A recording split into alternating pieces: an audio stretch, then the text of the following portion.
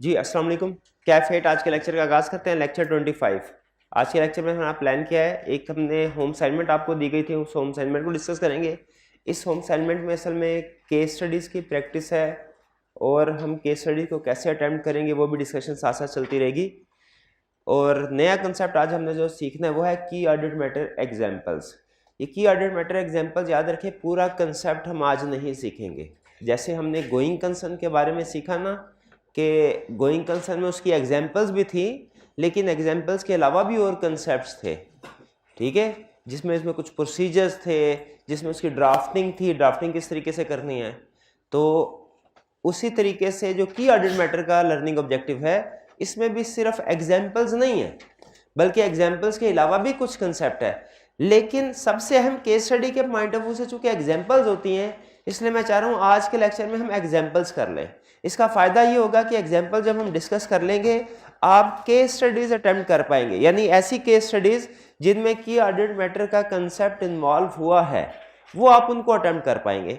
हाँ, अगर ऐसे क्वेश्चंस हैं जिनमें उसने उसके ड्राफ्टिंग के बारे में पूछ लिया, कुछ प्रोसीजर के बारे में पूछ लिया की ऑर्डर्ड मैटर में, वो आप नहीं कर पाएंगे। लेकिन जो केस स्टडी है जिसमें इम्पैक्ट ऑन रिपोर्ट बताना होता है, उसमें अगर किसी सिचुएशन में की ऑडिट मैटर सेक्शन इन्वॉल्व हो रहा है, तो आज के लेक्चर के बाद आप इस काबिल हो जाएंगे कि आप उसको आइडेंटिफाई कर सकें कि ये की ऑडिट मैटर वाली सिचुएशन है। लेकिन उससे पहले मुझे बताइए, कितने ऐसे स्टूडेंट्स हैं जिन्होंने मिस स्टेटमेंट्स वाली लिस्ट पढ़ी है, जो हमने चैप्टर 4 में पढ़ी थी। चैप्टर 4 में डिफरेंट एलिमेंट्स पढ़े ना, तकरीबन हर एलिमेंट की लिस्ट थी। मिस स्टेटमेंट की लिस्ट कितने स्टूडेंट्स ने पढ़ी है और उनको पता है मिस स्टेटमेंट को देख के समझ लेंगे कि ये मिस स्टेटमेंट है। स्कोप लिमिटेशन, कितने स्टूडेंट्स स्कोप लिमिटेशन वाली सेशन सामने आएगी तो उसको देख के आइडेंटिफाई कर लेंगे, शाबाश। इसके बाद एमसीक्यू मैटर की लिस्ट कितने स्टूडेंट्स ने पढ़ी है और देख के आइडेंटिफाई कर लेंगे एमसीक्यू मैटर। अदर मैटर वाली लिस्ट, शाबाश। और फिर इसके बाद गोइंग कंसर्न वाली लिस्ट, इसको मिक्स तो नहीं करेंगे, यानी अगर मैं आपसे कहूँ कोई 4 एग्जांपल लिख दीजिए गोइंग कंसर्न वाली, तो उसमें कोई एक एग्जांपल भी ऐसी नहीं होनी चाहिए जो मिस स्टेटमेंट वाली या एम्फेसिस मैटर वाली हो, ऐसा ही है।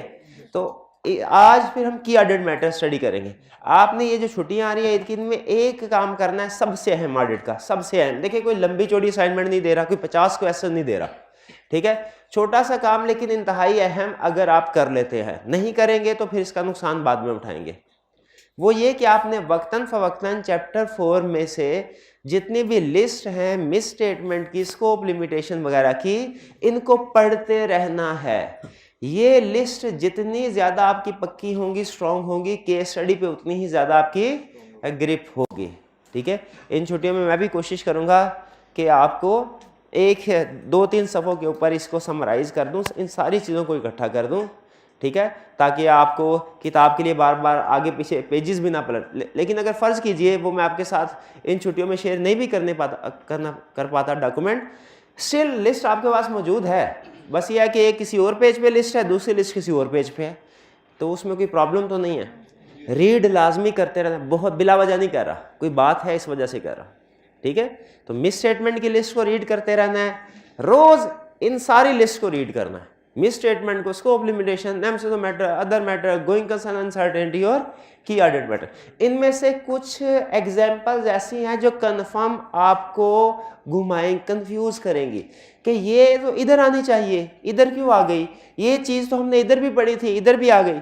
एग्जाम्पल 2-3 एग्जाम्पल ऐसी हैं जिनमें थोड़ा थोड़ा फ़र्क है, ठीक है, जिनमें कुछ थोड़ा थोड़ा फ़र्क है। उस थोड़े थोड़े फ़र्क की वजह से उनकी प्लेसमेंट जो है हो सकता है चेंज हो जाए। जैसे कंपनी के खिलाफ कोई लीगल केस है, ठीक है, लीगल, और कंपनी ने उसको डिस्क्लोज नहीं किया, मिस स्टेटमेंट बन जाती है। लीगल केस है, डिस्क्लोज कर दिया, ये एम्फेसिस मैटर, यही लीगल केस एम्फेसिस मैटर बन जाएगा। और अगर वो कहता है लीगल केस है, डिस्क्लोज किया हुआ है, लेकिन अगर कंपनी हार गई तो उसे अपना बिजनेस बंद करना पड़ेगा, ये गोइंग कंसर्न अनसर्टेनिटी की तरफ जाएगा। तो कुछ 2-3 एग्जांपल्स ऐसी हैं जिनमें थोड़ा थोड़ा फर्क है, उनकी प्लेसमेंट चेंज हो सकती है। तो ये जब आप पढ़ेंगे ना बार बार, फिर वो एग्जांपल्स आपके सामने आएगी। मैं चाहता हूँ एक दफा वो एग्जांपल जो मिक्स होने वाली है, जो थोड़े थोड़े फर्क के साथ उनकी प्लेसमेंट चेंज हो सकती है, पहले आप खुद से पढ़ें, फिर उसके बाद हम उनके ऊपर क्लास में डिस्कशन करें। एक एग्जांपल मैंने सिर्फ आपके साथ अभी शेयर की है, 1-2 केसेस सिचुएशन ऐसी और जी। तो अभी तक चैप्टर 4 में कोई प्रॉब्लम ऑडिट रिपोर्ट में? जी सर ये जो इवेंट्स और कंडीशन है गोइंग कंसर्न के लिए, इसमें फॉर एग्जांपल कि लीगल केस अगर आपकी कंपनी पे है तो हम ये हो सकता है कि गोइंग कंसर्न इशू बनेगा। जी। अगर एक्सपेक्टेड हो के लीगल केस होगा तो क्या इस चीज को भी इवेंट और कंडीशन सबसे कंसीडर करेगा? अच्छा, अगर उन्होंने एक क्वेश्चन पूछा है कि सर लीगल केस अगर पेंडिंग हो ईयर एंड पे तो क्या होगा, वो तो आपने हमें बता दिया। लेकिन फर्ज कीजिए अगर लीगल केस अभी कंपनी के खिलाफ फाइल नहीं हुआ लेकिन एक्सपेक्टेड है कि फाइल होगा, तो क्या होगा? ये जहां तक मुझे याद आ रहा है एक IAS 10 इस तरह की सिचुएशन डिस्कस करता है कि इवेंट पहले अकर हो गया है और केस बाद में फाइल किया है लोगों ने, तो वो कहता है एक्सपेक्ट, जहाँ तक मुझे याद है एक्सपेक्टेड जो लॉस है वो आपने उसको डिस्क्लोज करना है उसको, अगर इवेंट अगर हो चुका है। वो उसकी एग्जांपल भी देता था कि आपका होटल है, उसमें फूड कुछ गेस्ट ने उसको कंज्यूम किया और उसके बाद उनकी तबीयत ख़राब हो गई, तो जो दावत थी वो ईयर एंड से पहले की थी। उसके बाद जो लोग अब अस्पताल में पहुंच चुके हैं ईयर एंड पे, अभी केस फाइल नहीं किया, तो इस इवेंट को वो क्या कहता है, डिस्क्लोज होना चाहिए कि नहीं फाइनेंशियल स्टेटमेंट में? बिल्कुल डिस्क्लोज होना चाहिए। सर इसमें जैसे एग्जांपल है जैसे लॉस ऑफ की मैनेजमेंट, हम एक्सपेक्टेड है कि ये छोड़ जाएंगे, ये मैनेजमेंट अभी छोड़ा नहीं है, इसको भी इवेंट हम कंसीडर करेंगे कि गोइंग कंसर्न का इवेंट है ये? देखिए अगर एक्सपेक्टेड कोई भी चीज़ अगर एक्सपेक्टेड हो उसको भी हम कंसीडर करते हैं अपनी असेसमेंट में, लेकिन अगर सिर्फ एक्सपेक्टेड है तो जाहिर है उसकी सिग्निफिकेंस इतनी ज़्यादा नहीं होगी। ठीक है, एग्जाम में आज तक कभी भी उसने एक्सपेक्टेड के साथ ये टेस्ट नहीं किया, ये जो इवेंट्स या कंडीशन मैंने आपको बताए हैं। ठीक है, कि अभी केस हुआ ही नहीं, अभी केस हुआ ही नहीं तो क्या होगा ना, इवेंट के बारे में बता देता है इवेंट अगर हुआ, लेकिन ये कि जी मैनेजमेंट छोड़ के चली जाएगी, ठीक है, या सप्लायर फ्यूचर में अपनी टर्म्स एंड कंडीशन को स्ट्रिक्ट कर देंगे, ये अभी तक उसने नहीं पूछा। लेकिन बहरहाल अगर इन केस हमने कंसेप्ट बिल्ड करना है, अगर एक्सपेक्टेड हो, हम एक्सपेक्टेड की बेस पे भी जो फाइनेंशियल स्टेटमेंट्स में रिकॉर्डिंग करते हैं और हमारी ऑडिट रिपोर्ट में भी उसका इंपैक्ट हो सकता है। ये असल में सारे एक्सपेक्टेड वाली बात सारी इमरजेंसी कंडीशन में टेस्ट नहीं करता, वो सिर्फ 2-3 में टेस्ट करता है। ठीक, और कोई क्वेश्चन? चलिए अब हम जो कल क्वेश्चन डिस्कस कर रहे थे उसको कंक्लूड कर लेते हैं। कल वाला क्वेश्चन हमारा वही है MM इलेक्ट्रॉनिक्स वाला, जिसमें हमने impact on report express views, यानी हमने एक्सप्रेस व्यूज का मतलब क्या बताया था, आपने इस सिचुएशन के ऊपर कमेंट करने हैं कि सिचुएशन क्या है, मिस स्टेटमेंट है, स्कोप लिमिटेशन वगैरह क्या है। ठीक है, उसको साबित करना है, जस्टिफाई करना है अगर मिस स्टेटमेंट है कि काउंटिंग क्या कहती है और कंपनी क्या कर रही है। कह रहा है with effect from 1 July 2010 the company has introduce a policy of providing 1 year warranty on it's television set. पहली चीज मुझे यहाँ पे रुक के ये बताइए, इस साल से वारंटी प्रोवाइड करना शुरू कर दी है। ठीक है, क्या अब वारंटी की प्रोविजन भी रिकॉर्ड करनी चाहिए? पक्का करनी चाहिए। अच्छा, जैसे कोई इस साल से अगर क्रेडिट सेल करना शुरू कर दे तो क्या उसे प्रोविजन फॉर बैड डेट भी इस साल से रिकॉर्ड करनी चाहिए? और अगर वो मैनेजमेंट ये कहे सर हमें क्या पता अगले साल कितने बैड डेट होंगे, हमारे तो इससे पहले कभी बैड डेट हुए ही नहीं है, हमें तो पता नहीं कि बैड डेट कितने होंगे, तो क्या ये जस्टिफाइड रीजन है प्रोविजन रिकॉर्ड ना करने की?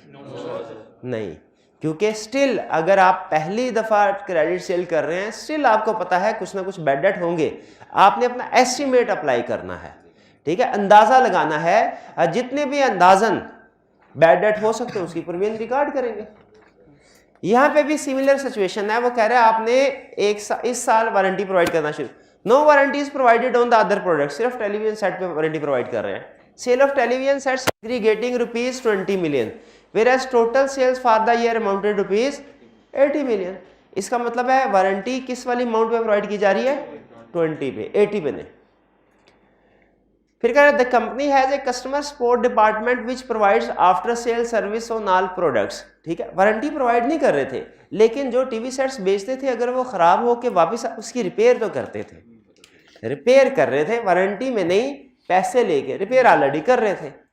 तो इसका मतलब तो ये हुआ कि इनको अंदाजा होगा ये कि जब कोई सेट खराब होके आता है उसके रिपेयर चार्जेस कितने होते हैं, एक्सपेंस कितना होता है। इस लाइन से उसने हमें ये बताया। For defects not covered under the warranty company bills the customer at 25% above cost. The management has included a note in the draft financial statement stating that no provision has been made in respect of warranty as the amount cannot be measured reliably. As the amount can not be measured reliably. बताइए क्या आपके ख्याल में इसमें इसकी measurement की जा सकती है? इसकी मेजरमेंट की जा सकती है। कैसे मेजरमेंट की जाए? आप इस कंपनी के सीएफओ हो, आपसे कह दिया जाए कि प्रोविजन कितनी रिकॉर्ड होगी, क्या आप एस्टिमेट कर सकते हैं? बिल्कुल, आपके पास प्रीवियस रिकॉर्ड भी मौजूद है। इवन अगर प्रीवियस रिकॉर्ड भी मौजूद ना होता फिर भी आप अंदाजा लगाते, एस्टिमेट लगाते। यहाँ पे तो आपके पास प्रीवियस रिकॉर्ड भी मौजूद है कि कितने सेट बेचे, उनमें से कितने रिटर्न होते हैं, उनके ऊपर कितना एक्सपेंस आता है। आप परसेंटेज कैलकुलेट कर लेंगे कि 5% सेट्स बेचे, 100 सेट्स सेल करें, 5% रिटर्न होते हैं डिफेक्टिव होके, और उनके ऊपर इतना एक्सपेंस होता है। मल्टीप्लाई करके प्रोविजन कैलकुलेट हो सकती है। इस मेथड में उसने क्वेश्चन के शुरू में आपको ऐसी इंफॉर्मेशन दी है जिससे आप इस नतीजे पे पहुंचे कि प्रोविजन कैलकुलेट हो सकती है, डाटा मौजूद है कंपनी के पास। और एंड में आके उसने आपको क्या इंफॉर्मेशन दी है कि कंपनी कह रही है डाटा रिलायबली मेजर नहीं हो सकता। तो क्या रिलायबल मेजरमेंट पॉसिबल है? बिल्कुल है। और अगर कंपनी नहीं करती तो मिस स्टेटमेंट होगी। अच्छा, अब अगला हमारा क्वेश्चन ये है कि उसने हमें मिस स्टेटमेंट की अमाउंट तो नहीं दी हुई और प्रॉफिट भी नहीं दिया, प्रॉफिट ऊपर दिया हुआ उसने। क्या मिस स्टेटमेंट की अमाउंट आप देख सकते हैं कितनी है? सेल है 20 मिलियन और उसने हमें मिस स्टेटमेंट की अमाउंट के बारे में नहीं बताया। ठीक है, अगर वो हमें उसके अमाउंट के बारे में बता देता कि कितने सेट सेल हुए हैं और एक सेट के ऊपर कितने एस्टिमेटेड एक्सपेंस होता है, फिर शायद हम उसे कैलकुलेट करके कह देते मिस स्टेटमेंट इतनी प्रोविजन रिकॉर्ड करो। गिवन इंफॉर्मेशन से हम अमाउंट कैलकुलेट नहीं कर सकते। एग्री करते हैं इससे? तो फिर क्या करेंगे? रूल क्या है हमारा? दोनों पॉसिबिलिटीज, क्वालिफाइड एडवर्स और फिर basis for qualified adverse. Clear? इस क्वेश्चन में कोई प्रॉब्लम हो तो पूछ लीजिए। देखिए हम क्वेश्चन सॉल्व नहीं कर रहे, कंसेप्ट्स बिल्ड कर रहे हैं थ्रू क्वेश्चंस। इसलिए अगर कोई भी केस स्टडी चाहे सॉल्व हो भी गई है, कोई पॉइंट आपके जहन में आया, डिस्कस करना चाहते हैं तो कर ले, नहीं आगे चले। Next question. अच्छा, नेक्स्ट क्वेश्चन जो है ये आपका कैफ 7 का कंसेप्ट टेस्ट करेगा। कैफ सी ला, कंपनी ला, उसमें आपने पढ़ा हुआ है वो डायरेक्टर्स रिपोर्ट का एक कंसेप्ट होता था, या आपका कंसेप्ट में भी एक कंसेप्ट है अर्निंग पर शेयर पढ़ा हुआ आपने? तब अर्निंग पर शेयर पढ़ा हुआ है किस में? F1 में? F1, शाबाश। Directors have decided not to disclose earning per share as the same had reduced significantly on account of issuance of 100% bonus share। Director ने फैसला किया कि हमने अर्निंग पर शेयर करते होते हैं ना, वो उन्होंने कहा हमने नहीं करना। Disclosure was however made in all previous financial statement, लेकिन पिछले सालों में करते रहे, इस साल कह रहे नहीं। क्या मिस स्टेटमेंट है? कितने स्टूडेंट का मिस स्टेटमेंट है? इसका मतलब है आप कैलकुलेशन में तो एक्सपर्ट हैं लेकिन उसकी एप्लीकेशन में थोड़ा, हर स्टैंडर्ड का एक स्कोप होता है। स्कोप पढ़ते हैं, हर स्टैंडर्ड का स्कोप। IAS 33 का स्कोप क्या हर कंपनी ने अर्निंग पर शेयर डिस्क्लोज करनी है? लिस्टेड कंपनीज ने करनी है। तो ये वाली कौन सी कंपनी है भला? ये प्राइवेट। इसके लिए डिस्क्लोजर रिक्वायर्ड नहीं है। अपनी मर्जी से डिस्क्लोजर दे रहे थे तो ठीक है, अगर अपनी मर्जी से एडिशनल डिस्क्लोजर देना चाहे दे सकते हैं, लेकिन अगर वो डिस्क्लोजर ना दें तो मिस स्टेटमेंट नहीं। क्यों नहीं है? क्योंकि वो डिस्क्लोजर रिक्वायर्ड बाय लॉ नहीं है, by free.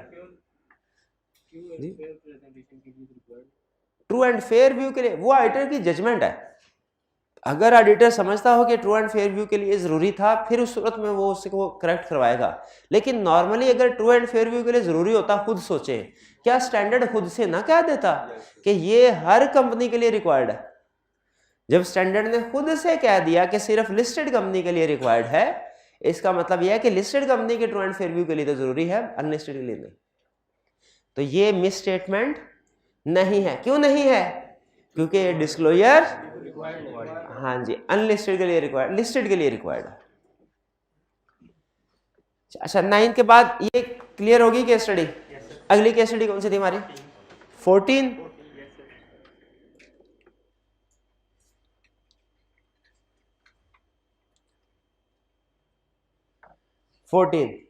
Suggest how would you modify audit report in following situation.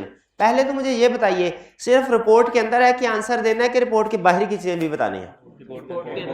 Report के अंदर है कि शाबाश, यानी रिपोर्ट में कोई भी एलिमेंट अगर इफेक्ट हो रहा है वो हमने बताना है। अदर देन रिपोर्ट कोई रिस्क की बात, प्रोसीजर्स की बात, communication with management, communication with दोस्त, ये कोई बात नहीं करना। कह रहे पहला case, client of your firm has a history of tax contingencies arising out of appeals pending at various level. ठीक है, आपका एक क्लाइंट है जिसकी टैक्स की अपील वेरियस लेवल पे पेंडिंग रहती है, एफबीआर में केस चलते ही रहते हैं, यानी आपको ये बताना चाह रहा है ये रूटीन की बात है उसके लिए, चलते रहते हैं cases. The company has disclosed all such contingencies along with the estimated amount in accordance with accounting standards. Company ने ये सारी contingencies डिस्क्लोज कर दिया अकाउंटिंग स्टैंडर्ड्स के मुताबिक, मतलब no misstatement. Assume that the aggregate sum of these contingencies is material. अब बताइए ये कौन सी सिचुएशन है?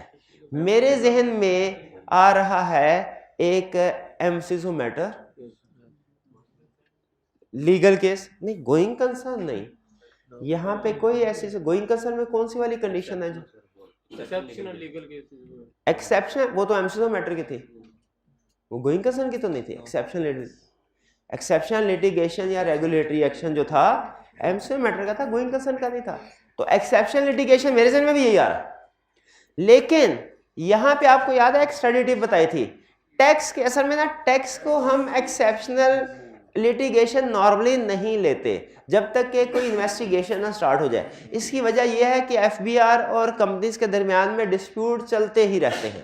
जब आप प्रैक्टिस में जाएंगे ना, आप देखेंगे कि हर कंपनी के डिफरेंट लेवल्स के ऊपर कुछ ना कुछ केसेस चल रहे होते हैं। अगर इस बेसिस के ऊपर एमसीओ मैटर इंक्लूड करना शुरू कर दें तो हर कंपनी की रिपोर्ट में एमसीओ मैटर आएगा।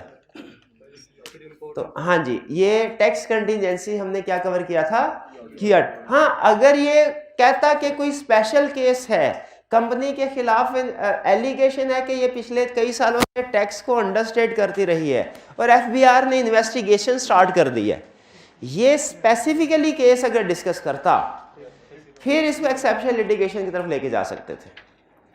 वरना ये रूटीन के टैक्स केसेस कहाँ जाते हैं, की ऑडिट मैटर में। ये जहन में रखिएगा, आगे एक टैक्स का केस आएगा उसमें एमसीओ मैटर भी आएगा, लेकिन उसमें और इसमें फर्क क्या होगा, ये कह रहा है वेरियस छोटे मोटे रूटीन के केसेस हैं, जबकि वो एक सिंगल केस की बात करेगा और आपको बताएगा कि ये एक्सेप्शनल है इसकी नेचर। वन क्लियर जी? अनमोडिफाइड ओपिनियन प्लस एमसीओ मैटर या key audit matter? Key audit matter, ठीक है। Second, you are appointed. अच्छा, अपॉइंटेड को अंडरलाइन कीजिए, अपॉइंटेड ये कीवर्ड है, इसको नोट कर लें। अपॉइंटेड, ये अपॉइंटेड पावर वर्ड बताया था ना, अपॉइंटेड और रीअपॉइंटेड। क्या फर्क होता है अपॉइंटेड और रीअपॉइंटेड में? अपॉइंटेड पहली दफा है, रीअपॉइंटेड नेक्स्ट टाइम, यानी पिछले साल भी हमने ऑडिट किया था, इस साल भी हम ऑडिट करने के लिए अपॉइंट हो, तो क्या वर्ड यूज होगा, रीअपॉइंटेड।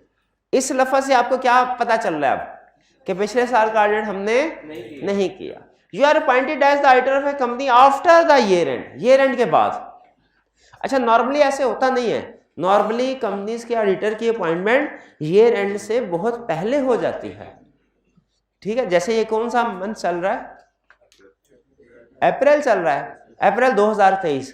तो जिन कंपनीज का ईयर एंड 31 दिसंबर है ना, उनकी एजीएम तकरीबन या तो हो गई होंगी या 2-4 दिन में होने वाली होंगी, ठीक है। अब इस एजीएम में जो ऑडिटर अपॉइंट होगा, बताइए वो 2000 ईयर एंड 22 का ऑडिट करने के लिए अपॉइंट होगा कि ईयर एंड 23 के लिए? 23 के लिए। हालांकि 23 का ईयर एंड होना है 8 महीनों के बाद, लेकिन उसका ऑडिटर 8 महीने पहले ही अपॉइंट हो जाया करता है कंपनीज के केस में नॉर्मली। लेकिन कभी कभार ऐसा होता है कि कुछ डिलेस की वजह से या कुछ दूसरी रीजन की वजह से, जिनकी तरफ हम नहीं जा रहे कि वो कौन सी रीजन हो सकते हैं, कुछ रीजंस की वजह से कंपनी का ऑडिटर ईयर एंड के बाद अपॉइंट होता है। अगर ईयर एंड के बाद ऑडिटर अपॉइंट हो तो सबसे बड़ा मसला क्या होगा भला? इन्वेंट्री काउंट का।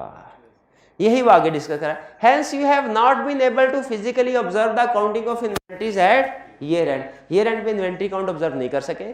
Further alternative procedure could not be perform due to nature of companies records, alternative procedure से भी एविडेंस नहीं मिल सका। स्कोप लिस्ट, पहला डिसीजन स्कोप लिमिट। दूसरा डिसीजन, क्या उसने हमें प्रॉफिट बताया हुआ है?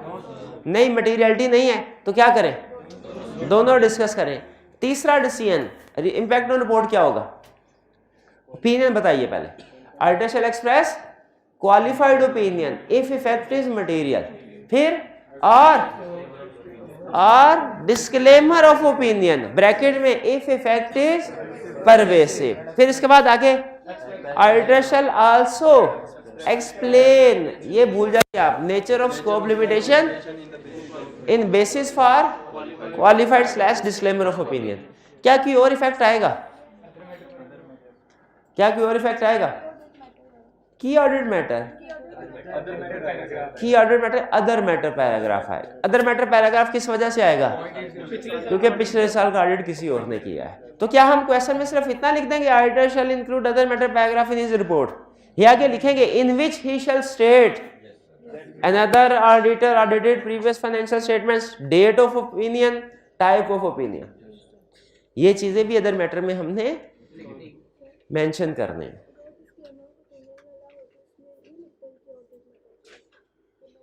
अच्छा, ये अदर मैटर क्लियर हो गया। एक स्टूडेंट का ये पॉइंट ऑफ व्यू है कि सर एक वो भी तो केस है कि अगर डिस्क्लेमर ऑफ ओपिनियन एक्सप्रेस कर रहे हो, withdrawal not possible and practicable हो, तो हमने उसको एक्सप्लेन करना होता है अदर मैटर पैराग्राफ में। क्या वो भी हम यहाँ पे इंक्लूड करेंगे कि नहीं? नहीं, वो उस वक्त करते हैं जब स्कोप लिमिटेशन बाय मैनेजमेंट हो। जब स्कोप लिमिटेशन बाय मैनेजमेंट हो, उसका इफेक्ट परवेसिव हो, फिर विड्रॉ करते हैं।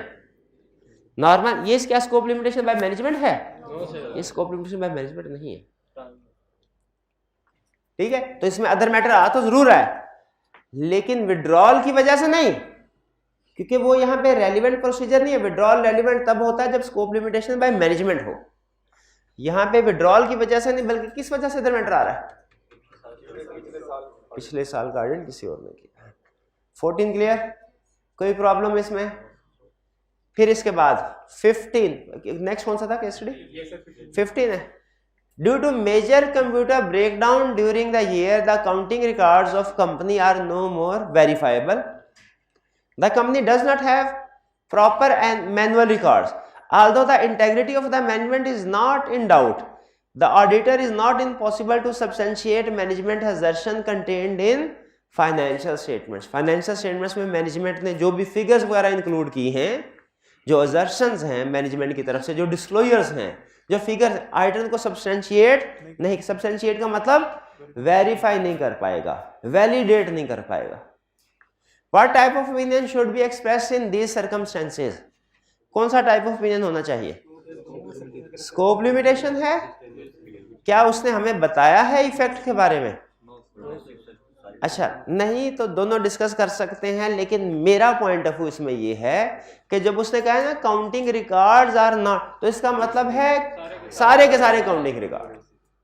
तो यहाँ पे परवेसिव लेना ज्यादा बेहतर है, क्योंकि काउंटिंग रिकॉर्ड उसने किसी स्पेसिफिक, ये नहीं कहा सेल्स की काउंटिंग रिकॉर्ड, ये नहीं कहा इन्वेंट्री की काउंटिंग रिकॉर्ड, सारे के सारे काउंटिंग रिकॉर्ड, तो ये परवेसिव है।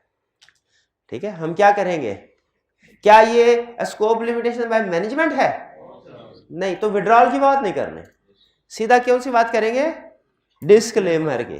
Auditor shall express disclaimer of opinion और फिर explain nature of scope limitation in basis for disclaimer of opinion. क्या कोई और पैराग्राफ इफेक्ट हो रहा है रिपोर्ट का? लीगल वाला, शाबाश। इसमें अहम कंसेप्ट ये था कि लीगल वाला पैराग्राफ, लीगल में कौन से वाला इफेक्ट हो रहा है? Proper books of accounts have not been kept वाला। हम क्या लिखें? Auditor shall also state in report that proper books of accounts have not been kept in respect of this matter. हाँ, वो कह रहे हैं ना मैनुअली रिकॉर्ड मौजूद है ना कंप्यूटर में मौजूद है, तो नहीं कर, ये इसीलिए तो कह रहा है कि नहीं है, यही कह रहे हैं ना, उसने भी यही कहा मैनुअल रिकॉर्ड नहीं है।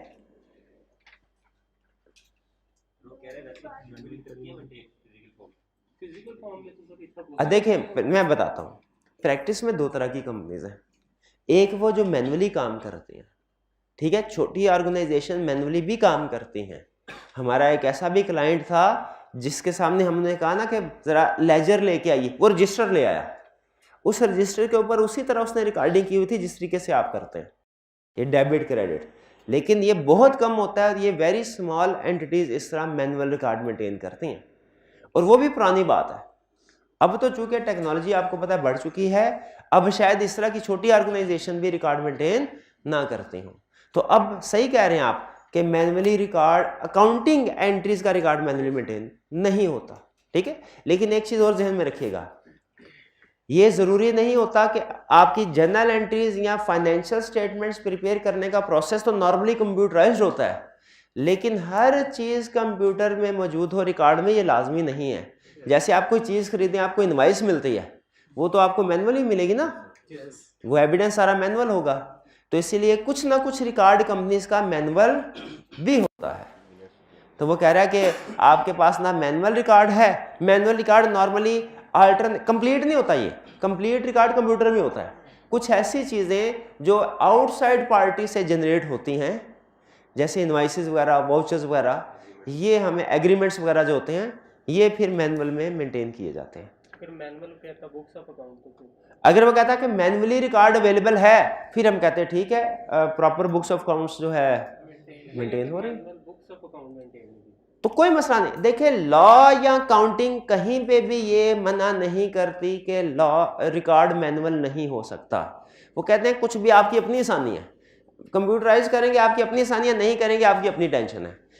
किसी जगह पे ना अकाउंटिंग स्टैंडर्ड्स, ना ऑडिटिंग स्टैंडर्ड और ना ही लॉ, जहाँ तक मेरी अंडरस्टैंडिंग है, मेरा नॉलेज है, ये रिक्वायर नहीं करते कि सिस्टम हमेशा कंप्यूटराइज्ड हो। वो मैनेजमेंट की अपनी मर्जी होती है, चाहे मैनुअल कर ले चाहे कंप्यूटराइज्ड कर ले। हाँ जी, क्वेश्चन भी पुराना बिल्कुल, उस वक्त वाकई कंप्यूटर मैनुअल था। 15 क्लियर। इसमें हिडन कंसेप्ट आपने क्या पिक करना था? लीगल ओपिनियन वाला, शाबाश। और ये जो ऊपर वाला था 14 का पार्ट 2, इसमें क्या मेन पॉइंट था? पॉइंट अदर मैटर वाला। और फर्स्ट वाले में कौन सा था कि ये डिसीजन करना है कि ये की ऑर्डर मैटर में जाएगा कि एमसीसो मैटर में। वो हमने देखा कि रूटीन नेचर क्या है, तो उसको की ऑर्डर मैटर की तरफ लेके गए। नेक्स्ट क्वेश्चन कौन सा हमारा? 38 39, जो कल की असाइनमेंट, परसों वाली असाइनमेंट कंप्लीट हो गई है।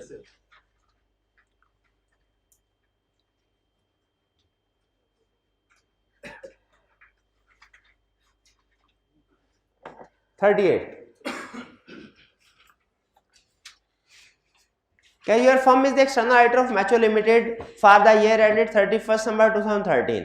On 12 January 2014, यानी year end के बाद subsequently, Macho's warehouse was destroyed, resulting in the loss of its entire inventory and an inability to fulfill customer outstanding orders for the foreseeable future.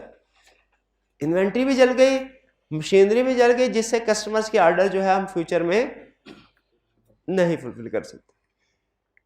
फिर कह रहा है your firm has concluded that the financial statement should be prepared on break. अच्छा देखिए, उसने हमसे, मैंने आपको बताया था ना, वो हमसे जजमेंट नहीं करवाएगा। ये अगर हम हमारे से पूछना, ये सेशन कंक्लूड करके इस सेंटेंस से पहले हमसे पूछता बताइए क्या इंपैक्ट ऑन रिपोर्ट होगा, हम तीनों सिचुएशन डिस्कस करते हैं। हम तीनों सिचुएशन, एप्रोप्रिएट, नॉट एप्रोप्रिएट, और दरमियान वाली कौन सी? Appropriate but material uncertainty exist. लेकिन यहां पे चूंकि क्वेश्चन के अंदर उसने खुद से बता दिया है, कंक्लूजन क्या है? Going concern assumption is not appropriate. तो इसका मतलब अब हमने सिर्फ एक ही चीज के गिर्द रहना है।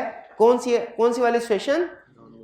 Going concern assumption not appropriate, ठीक है। हाँ, अब आगे उसके भी आगे फर्दर सिचुएशन है कि मैनेजमेंट ने फाइनेंशियल स्टेटमेंट किस बेसिस पे, वो ठीक है। लेकिन मैं इसमें एक रिलेटेड कंसेप्ट आपके साथ और डिस्कस करना चाहता हूं आगे चलने से पहले।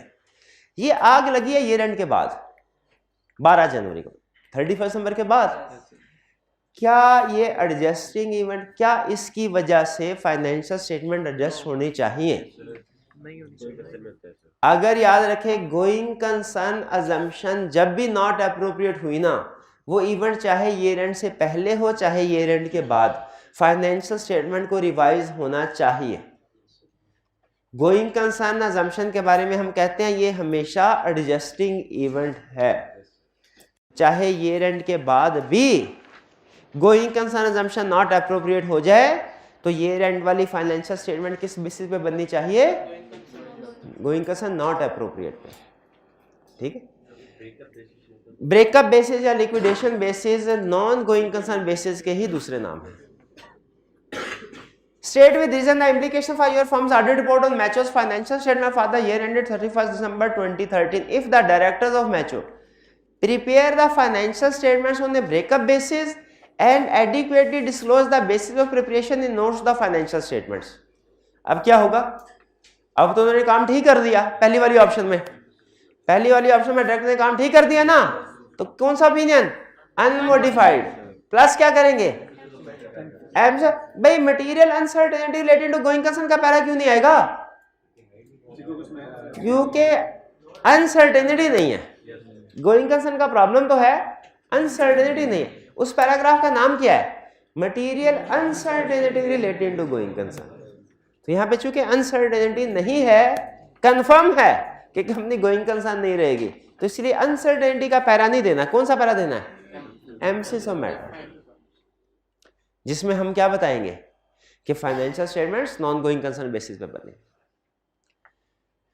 अच्छा, इसमें फिर हमारा इंपैक्ट ऑन रिपोर्ट क्या होगा? Unmodified plus emphasis of matter. Subsequent event वाली बात भी क्या आ सकती है? देखिए, आ सकती थी अगर गोइंग कंसर्न वाली बात ना आती। हाँ, अगर वो यहाँ पे गोइंग कंसर्न को ना ही लाता तो फिर कंफर्म आपकी बात ठीक थी, फिर भी एम्फेसिस ऑफ मैटर आता, लेकिन फिर किस वजह से आता? सब्सीक्वेंट इवेंट की वजह से। लेकिन अब चूंकि वही मैटर गोइंग कंसर्न में आ चुका है, तो रूल क्या बताया था आपको? No duplication, no misclassification. तो अब अगर हम इसको सब्सीक्वेंट इवेंट की तरफ लेके जाएंगे तो ये डुप्लीकेट, हालांकि जाता है, लेकिन चूंकि अब हम उसको गोइंग कंसर्न की तरफ लेके जा चुके हैं तो एम्फेसिस ऑफ मैटर में नहीं लेके जाना। अगर हमने जजमेंट में गोइंग कंसर्न की बजाय वो वाला आंसर दे दिया, अगर आपने जजमेंट में गोइंग कंसर्न की बजाय सब्सीक्वेंट इवेंट वाला आंसर दे दिया तो वो गलत हो जाएगा, क्योंकि जजमेंट उस चीज पे अप्लाई करते हैं जो क्वेश्चन में गिवन ना हो। यहाँ पे उसने क्वेश्चन में क्लियरली बता दिया कि गोइंग कंसर्न नॉट अप्रोप्रिएट। अगर ना बताया होता फिर आप उसी तरफ जाते हैं। Clear? B, prepare the financial statements on going concern basis. अगर company financial statement going concern basis पे बनाए फिर एडवर्स ओपिनियन। शाबाश। क्यों? क्योंकि ये परवेसिव मिसस्टेटमेंट होगी। नेक्स्ट क्वेश्चन 39 था। अच्छा, 39 वाला क्वेश्चन तकरीबन वैसा ही है स्ट्रक्चर के लिहाज से, टेस्टिंग के लिहाज, जो हमने कल डिस्कस किया था, जिसमें हमने उसने एक क्लाइंट के बारे में इंफॉर्मेशन दी थी और क्या पूछ रहा था कि बताओ कौन कौन से इवेंट्स या कंडीशंस हैं जिनकी वजह से गोइंग कंसर्न पे डाउट क्रिएट होता है। याद है ये क्वेश्चन? कल किया था ना हमने? नहीं याद? भाईजान तो नहीं याद, कल क्लास में थे आप? तो क्लास में थे फिर भी नहीं याद? ये क्वेश्चन किया था कि नहीं? कल ही किया था या परसों किया था हमने? कल किया था। उसमें कौन कौन सी प्रॉब्लम्स थी? उनमें एक गवर्नमेंट ने बैन लगा दिया था, एक एक्सपायर्ड स्टॉक कस्टमर को खिला रहे थे, ठीक है, 2, और तीसरा वो जनरल इकोनॉमिक कंडीशन बड़ी खराब थी जिनमें प्राइस, इलेक्ट्रिसिटी प्राइसेस बढ़ रही थी और रुपये डिवैल्यूएशन हो रही थी, ठीक है, ये सारी चीजें। तो ये हमने गोइंग कंसर्न के इवेंट्स या कंडीशन आइडेंटिफाई की थी, वो वाला क्वेश्चन है। अच्छा, इसके बाद उसने प्रोसीजर भी पूछे, प्रोसीजर भी साथ आए। प्रोसीजर कौन से थे? इवेंट्स या कंडीशन को आइडेंटिफाई करने वाले या बाद वाले? एडिशनल वाले थे। शाबाश। तो जरा देखते हैं आज इस केस स्टडी में वो क्या पूछता है। रिक्वायरमेंट में कह रहा है explain what is meant by going concern concept. Going concern concept के बारे में एक्सप्लेन करो। आपको याद है? छोटी सी 2-3 लाइन में एक्सप्लेन किया था, नोट्स में मौजूद है आपके। And why the auditor should consider weather company is going concern. क्यों कंसीडर करना चाहिए ऑडिटर को? क्यों? क्योंकि ये बेसिक अजम्पशन है, ऑडिटर ने वैल्यूएट करना है अगर गोइंग कंसर्न अजम्पशन अप्रोप्रिएट है या नॉट अप्रोप्रिएट है, इसकी वजह से या अनसर्टेन, इसकी वजह से रिपोर्ट में इफेक्ट आता है। इसीलिए ऑडिटर को वैल्यूएट करना चाहिए कि हमारा क्लाइंट जिसका ऑडिट कर रहे हैं वो कौन सी सिचुएशन में फॉल करता है, ताकि क्लाइंट जिस सिचुएशन में फॉल करता है उसकी रिलेटेड रिपोर्टिंग इम्प्लीकेशन रिपोर्ट में इंक्लूड कर सके। तो पहला क्वेश्चन तो इसने ये जनरल सा पूछा है, रिप्रोडक्शन का पूछा है, इसका केस स्टडी से कोई ताल्लुक नहीं है, ये कंसेप्चुअल क्वेश्चन है। एग्री करते हैं इससे? दूसरा को explain the circumstances particular to study ID which may indicate that it is not a going concern. कह रहा है जरा बताइए इसमें से कोई ऐसी सर्कमस्टेंसेस जिनसे पता चले कि स्टडी आईडी गोइंग कंसर्न नहीं है। यानी ये वाली रिक्वायरमेंट वही हो गई, हमने इस क्वेश्चन को पढ़ के इसमें से इवेंट्स या कंडीशन आइडेंटिफाई करने हैं जिनसे पता चले कि ये क्लाइंट गोइंग कंसर्न नहीं। स्टार्ट करें जी पढ़ना। कह रहे you are planning the external audit of study ID limited whose principal activity is the provision of road haulage services. You have been provided with the following information in respect of the year ended 31st May 2007. The company made a loss for the year to 31st May 2007. Loss. Event या condition है कि नहीं? Loss का होना confirm नहीं है, event या condition तो है, एक ऐसी कंडीशन जो गोइंग कंसर्न की तरफ लेके जा सकती है। चलिए लॉस को अंडरलाइन कर देंगे हम, या लॉस को अपने पास नोट कर लें, यह आपका पावर वर्ड है लॉस। आगे, this is mainly due to loss of major customer to a competitor and exceptional cost incurred in relocating to new premises. अच्छा, अब इसमें भी मजीद एक और कंडीशन उसने ऐड कर दिया। ये किस वजह से है? Loss of major customer. क्या लॉस ऑफ मेजर कस्टमर भी एक इवेंट या कंडीशन है? बिल्कुल, लॉस भी हो गया और लॉस ऑफ मेजर कस्टमर भी हो गया है। हाँ, लार्जेस्ट हो गया। यहां पे चूंकि स्पेसिफिकली जिक्र कर रहा है तो प्रोबेबली यही लार्जेस्ट होगा, यही लार्जेस्ट होगा। चले इसको छोड़ दे, फिर इसको छोड़ दें। इस इवेंट या कंडीशन को अगर इन स्टूडेंट का ख्याल है सर आपने कहा था लार्जेस्ट, तो मेजर, वो असल में एक केस स्टडी होती है जब वो छोटी सी केस स्टडी सिर्फ एक पार्ट में पूछता है कि कस्टमर आपका मेजर कस्टमर बैंकरप्ट हो गया तो क्या करेंगे। ठीक है, उसके लिए बताया था आपको रूल, लेकिन बहरहाल आप एक ही रूल रखें, मेजर कस्टमर को थोड़ी देर के लिए साइड पे कर देते हैं। लेकिन एक चीज़ ध्यान में रखिए, आपको पता है, ये मैंने शायद पहले भी एक बात आपको बताई थी, रिस्क असेसमेंट के क्वेश्चन में काम आएगी। हम पॉइंट्स इकट्ठे करते जाएंगे, पे जाके अगर हमें लगे ना कि पॉइंट्स पूरे नहीं हो रहे तो हम जो लेस स्ट्रॉन्ग पॉइंट होते हैं उनको भी ऐड कर देते हैं। ये रूल ध्यान में रखिएगा। तो मेजर कस्टमर के ऊपर हमारा डिस्प्यूट आ गया, ये कह रहे हैं कि सर ये नहीं होना चाहिए, ठीक है मैं भी इससे एग्री करता हूँ, नहीं होना चाहिए, इसको इस इवेंट या कंडीशन को साइड में, क्योंकि ये लार्जेस्ट कस्टमर नहीं है प्रोबेबली, उसने ये नहीं बताया कि लार्जेस्ट कस्टमर है कि नहीं, तो चलिए इसको साइड पे कर देते हैं। लेकिन अगर हमारे पॉइंट्स पूरे ना हुए एंड में, तो क्या हम मेजर कस्टमर को भी एज्यूम कर लेंगे कि लार्जेस्ट कस्टमर है? उस वक्त कर ले, ठीक है। अभी साइड पे, अभी सिर्फ हमारा एक ही बड़ा कंडीशन सामने आया, वो कौन सा है? लॉस वाला। आगे चलते हैं। In previous year the company has been profitable but has recently experience reduced margin due to high cost of fuel. अब ये हाई रॉ मटेरियल की कॉस्ट बढ़ जाना, क्या ये एक इमीडिएट कंडीशन है? बिल्कुल है। ये तो हमने वो कल वाले लेक्चर में भी देखा था, उसमें उसने एनर्जी प्राइसेस की बात की थी शायद, कि वो डिक्रीज हो जाए। तो जाहिर है जब देखें सेल प्राइस आपकी सेम है और आपके कॉस्ट बढ़ रही है तो अल्टीमेटली मार्जिन कम हो रहे होंगे, और अगर ये सिचुएशन नहीं रुकती कंपनी बंद हो जाएगी।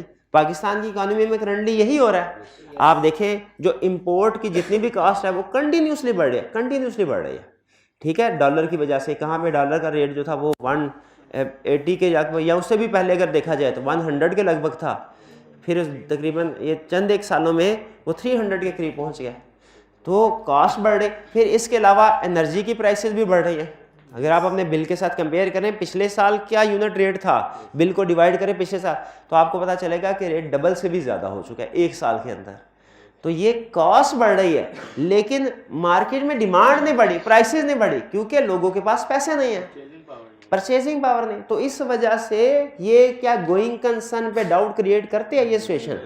बिल्कुल करती है। और ये ऐसी सिचुएशन है जो किसी एक कंपनी नहीं, बल्कि उस इंडस्ट्री, उस इकोनॉमी के अंदर बहुत सी कंपनीज के लिए गोइंग कंसर्न की प्रॉब्लम होगी। ये वाला इवेंट ऐसा है। तो ये दूसरा इवेंट हमारे पास आ गया कि इनपुट की प्राइसेस इंक्रीज हो रही हैं। डन जी, आगे चलते हैं। कह रहा है despite its poor trading result the company has managed to stay within its overdraft limit of 500 pound 500,000। This was achieved by managing director temporarily lending the company 200,000 pound and delaying payment to creditors. जी, director ने loan दे दिया, ये going concern की indication नहीं, ये अच्छी बात है, उससे सपोर्ट कर दिया, ये तो पॉजिटिव चीज है। इस स्टेटमेंट में नेगेटिव चीज क्या है ढूंढे? Delaying to payment to creditors. क्या क्रेडिटर इस चीज की वजह से खुश होंगे? नहीं, हो सकता है वो ट्रेडिंग सस्पेंड कर दें, खत्म कर दें, हो सकता है वो डिमांड करें कि नहीं हमें हमारा पैसे अभी चाहिए, इवन वो कोर्ट भी जा सकते हैं वाइंडिंग अप के लिए। तो ये जो डिलेइंग पेमेंट टू क्रेडिटर है, ये एक कंडीशन है जो गोइंग कंसर्न में डाउट क्रिएट कर रही है। डायरेक्टर ने इंटरप्रेट ही दिया है, बाद में निकलवा लेंगे तो फिर इनको ओवरड्राफ्ट लिमिट एक्सीड करना पड़ेगी उससे भी। हाँ, बाद में अगर डायरेक्टर को वापस करते हैं ओवरड्राफ्ट लिमिट एक्सीड करना पड़ेगी, उसमें भी डिफॉल्ट कर सकते हैं, ये एक पॉसिबिलिटी है। लेकिन उसने स्ट्रेट अवे इसके ऊपर अभी डिस्कशन नहीं की, इसलिए मैं इसके ऊपर ओवर थिंकिंग नहीं करूंगा। ठीक, अगर उसने क्वेश्चन में आगे चल के कह दिया कि डिफॉल्ट किया है लोन की रीपेमेंट, फिर मैं इस पॉइंट को पिक कर लूंगा कि जो लोन एग्रीमेंट्स हैं उनको ब्रीच किया जा रहा है, उनकी टर्म एंड कंडीशन को ब्रीच किया जा रहा है। फिलहाल मेरे लिए जो रेलिवेंट पॉइंट है वो कौन सा है? Delaying payment to credit. तो 3 इवेंट या कंडीशन हमने पिक कर लिए, एक लॉस वाला, एक increasing prices of input cost, और तीसरा delaying payment to creditor. Next, the overdraft facility is to be reviewed by the bank in December 2007 after the audited financial statements are available. The company has a loan installment falling due in October 2007 which it plans to repay with the proceeds from the recently vacated premises which are currently for sale. Loan instalment due है, ठीक है, लेकिन उसने ये नहीं कहा कि हम उसको पे नहीं करेंगे। अगर वो कहता कि हमारे पास पैसे नहीं है इसको पे करने के लिए, तो फिर हम लोन इंस्टॉलमेंट की वायलेशन को इवन या कंडीशन बनाते हैं। यहां पे एक दूसरा पॉइंट छुपा हुआ है जो ये बता रहा है कि कंपनी फ्यूचर में गोइंग कंसर्न नहीं रहेगी। ढूंढ के दिखाइए जरा इस सेंटेंस में, premises which are currently for sale. याद रखें, जब भी कोई कंपनी अपने फिक्स एसेट को सेल कर रही होती है ना, तो ये फिक्स एसेट्स ही होते हैं जिससे कंपनी ने ट्रेडिंग करनी है। अगर आप अपने फिक्स एसेट्स को ही बेच देंगे तो फिर ट्रेडिंग किस चीज से करेंगे? जैसे जैसे फिक्स एसेट्स सेल होते हैं ना, कंपनी की जो ऑपरेशनल कैपेसिटी है रिड्यूस होती जाती है, उसकी मैन्युफैक्चरिंग कैपेसिटी कम होती जाती है। इसीलिए फिक्स एसेट्स को सेल करना लोन को रीपे करने के लिए, लोन अगर वो ये कहता ना ये सरप्लस है, हम कहते हैं ठीक है फिर बेचने चाहिए। अगर वो कहता ऑब्सोलीट हो चुके हैं, हम कहते हैं बेचने चाहिए। अब वो क्या कह रहा है कि लोन की किस्त पूरी करने के लिए, इंस्टॉलमेंट रीपे करने के लिए फिक्स एसेट बेच रहे हैं, तो ये फिक्स एसेट्स का बेचना कंपनी की अपनी जो उसकी कैपेसिटी है उसको रिड्यूस कर देगा। और कंपनी अपने फिक्स एसेट अगर बेचेगी तो फिर मैन्युफैक्चरिंग कहाँ से करेगी? मैन्युफैक्चरिंग नहीं होगी, सेल नहीं होगी आगे। तो disposal of fix assets, disposal of premises, ये भी एक गोइंग कंसर्न की कंडीशन। लेकिन इसमें ध्यान में रखिएगा, रूटीन नेचर की डिस्पोजल जो होती है ना, वो गोइंग कंसर्न की प्रॉब्लम नहीं है। रूटीन में आपको पता है कंपनी सेल भी करती है, परचेज भी करती है। पुराने फिक्स एसेट जो है वो खराब हो जाते हैं, उनको सेल कर देते हैं, नए एक्वायर कर लेते हैं। ये वो वाली नहीं है डिस्पोजल रूटीन की, ये एबनॉर्मल डिस्पोजल है जो कि लोन को रीपे करने के लिए की जा रही है। Next, the company has fallen behind with its payment to tax authorities, but the directors have successfully negotiated a scheme for settling the areas over a period of 4 months. A condition of this concession granted by tax authorities that the company pays all its future monthly tax liabilities on due date. ठीक है, अब देखें उसने default किया है, तो ये एक इवेंट या कंडीशन है। हालांकि बाद में उसने उसको रीनिगोशिएट कर दिया, लेकिन क्या हमें उसके डिफॉल्ट को इग्नोर कर देना चाहिए? नहीं करना चाहिए। तो इसका डिफॉल्ट करना भी एक इंडिकेशन है कि फ्यूचर में ये पे नहीं कर पाएगी, क्योंकि उसके ऊपर भी देखे हालात इतने अच्छे नहीं हैं जो उसने बताया। तो हमने कोई 4-5 हमने कर लिया आइडेंटिफाई फैक्टर्स। इसमें जरा क्विक रिवीजन कर लेते हैं, क्विक रिकैप कर। इस केस स्टडी में कौन कौन से ऐसे फैक्टर्स थे, इवेंट्स या कंडीशन थे? लॉस था और increasing cost of inputs, delaying payment to creditors, तीसरा sale of fixed assets to meet liabilities. To meet liabilities लाजमी लिखना है, normal sale of fixed asset कहेंगे वो कहेगा रूटीन है, टू मीट लायबिलिटी। और fourth default in making payment to tax authorities. ये 5 हमने इवेंट्स या कंडीशंस में आइडेंटिफाई कर लिए। अब क्या इसी तरह अगर कोई भी आपको केस स्टडी दी जाए और उसमें कहा जाए इवेंट्स या कंडीशन आइडेंटिफाई कर लो, गोइंग कंसर्न वाले कर लेंगे? चलिए, अच्छा बताइए, अगर इसका पार्ट सी भी होता और वो कहता कि इम्प्लीकेशन ऑन रिपोर्ट भी बताइए, तो आप कौन सी वाली इम्प्लीकेशन बताते? एप्रोप्रिएट वाली, नॉट एप्रोप्रिएट वाली या मटेरियल अनसर्टेनिटी वाली? तीनों बताते। शाबाश, यही सुनना चाह रहा था, तीनों बताते, क्योंकि क्वेश्चन के अंदर उसने कंक्लूड स्पेसिफाई नहीं किया। प्रीवियस क्वेश्चन में उसने किया था तो हमने उसी को किया। यहाँ पे उसने कंक्लूड, हमने खुद से जजमेंट नहीं अप्लाई करनी कि यहाँ पे गोइंग मटेरियल अनसर्टेनिटी है, नहीं, ऑल पॉसिबिलिटीज। क्लियर जी? ये थे हमारी होम असाइनमेंट। अब हम चलते हैं, 1-2 मिनट रिलैक्स कर लें ताकि आपकी ट्रांजिशन जो है वो इजी हो जाए। प्रैक्टिस क्वेश्चन से न्यू कंसेप्ट की तरफ।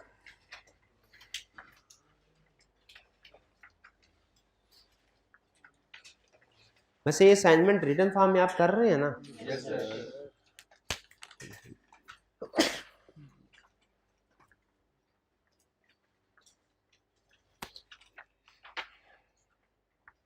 चलिए अब स्टार्ट करते हैं हम नेक्स्ट कंसेप्ट अपना, की ऑर्डर्ड मैटर।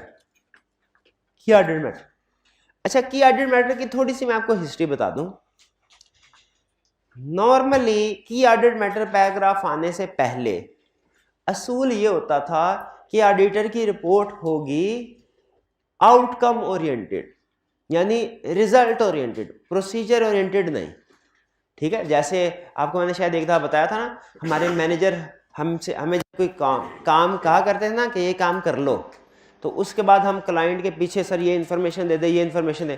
क्लाइंट हमें कभी कहता था आज आ जाना, कभी कहता था कल आ जाना, तो हम बड़ी भागदौड़ करते थे और इसी में जो मैनेजर ने हफ्ता दिया होता था वो पूरा हो जाता था। तो मैनेजर पूछता था हाँ भाई काम हुआ, तो हम कहते थे सर देखें मैं पहले दिन क्लाइंट के पास गया, मैंने उसे ये कहा, क्लाइंट ने मुझे ये कहा, दूसरे दिन आ जाना, दूसरे दिन गया क्लाइंट मीटिंग में था, तीसरे दिन मेरी तबीयत थोड़ी ख़राब थी मैं इसलिए छुट्टी पे था, और चौथे दिन ये मैनेजर को बताते हैं। मैनेजर कहानी सुन के हमें सिर्फ एक बात कहता था, क्या कहता था? मुझे एफर्ट से गर्ज नहीं है, मुझे रिजल्ट से गर्ज है। रिजल्ट बताओ क्या हुआ, काम हुआ या नहीं हुआ। तो कुछ अर्सा पहले तक जो ऑडिट रिपोर्ट होती थी ना, ये रिजल्ट ओरिएंटेड हुआ करती थी, यानी शेयर होल्डर को इससे गर्ज नहीं होती थी कि ऑडिटर ने क्या प्रोसीजर परफॉर्म किए क्या नहीं किए। शेयर होल्डर को इससे गर्ज नहीं होती थी सेल्स को वेरीफाई करने के लिए क्या प्रोसीजर परफॉर्म किए, उसे इससे गर्ज होती थी सेल ठीक है कि गलत। फिक्स एसेट में, डेटर्स में, इन्वेंट्री में, क्रेडिटर्स में किस एरिया में क्या प्रोसीजर परफॉर्म किए, शेयर होल्डर को इससे गर्ज नहीं होती थी। गर्ज होती थी तो किससे? फाइनेंशियल स्टेटमेंट्स ठीक हैं या नहीं। तो हम भी यही किया करते थे, हम कहते थे ठीक है अब शेयर होल्डर्स को क्या बताना कि हमने क्या प्रोसीजर परफॉर्म किए हैं, हम उसको आउटकम या रिजल्ट बताते हैं कि फाइनेंशियल स्टेटमेंट ठीक है या गलत, और अगर गलत है तो इनमें क्या प्रॉब्लम है।